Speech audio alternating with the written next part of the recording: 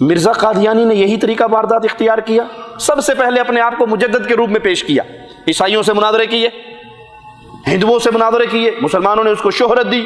اس کے بعد اس نے کہا جی وہ جو پیدا ہونا تھا نا، وہ عیسیٰ تو فوت ہو گئے، وہ جو پیدا ہونا تھا وہ میں پیدا ہو گیا۔ پھر کہا جی نہیں، وہ آپ غلطی میں رہ گئے، میں پھر اپنے آپ کو دیکھ رہا تھا کہ مریم کے روپ میں بھی میں ہی تھا، عیسیٰ کے روپ میں بھی میں ہی تھا۔ اور نعوذ باللہ کشتی نوح میں یہ مجرم لکھتا ہے کہ نعوذ باللہ ثم نعوذ باللہ ثم نعوذ باللہ نقل کفر کفر نباشد، کہ میں نے اپنے آپ کو اس حال میں دیکھا کہ اللہ نے میرے ساتھ تعلقات استوار کیے اور پھر میں اپنے آپ میں سے خود ہی پیدا ہو گیا۔ پہلے مجدد بنا، پھر مہدی بنا، پھر نبی بنا، اور پھر آخر میں اللہ ہی بن گیا۔ حقیقت الوحی کے اندر وہ لکھتا ہے کہ اللہ نے مجھے کہا انت منی بمنزلت ولدی، تو میرے نزدیک میرے بیٹے جتنا، جیسے میرے بیٹے کی شان ہے نا ویسے مرزا تیری شان ہے۔ قل هو اللہ احد، اللہ کا کوئی بیٹا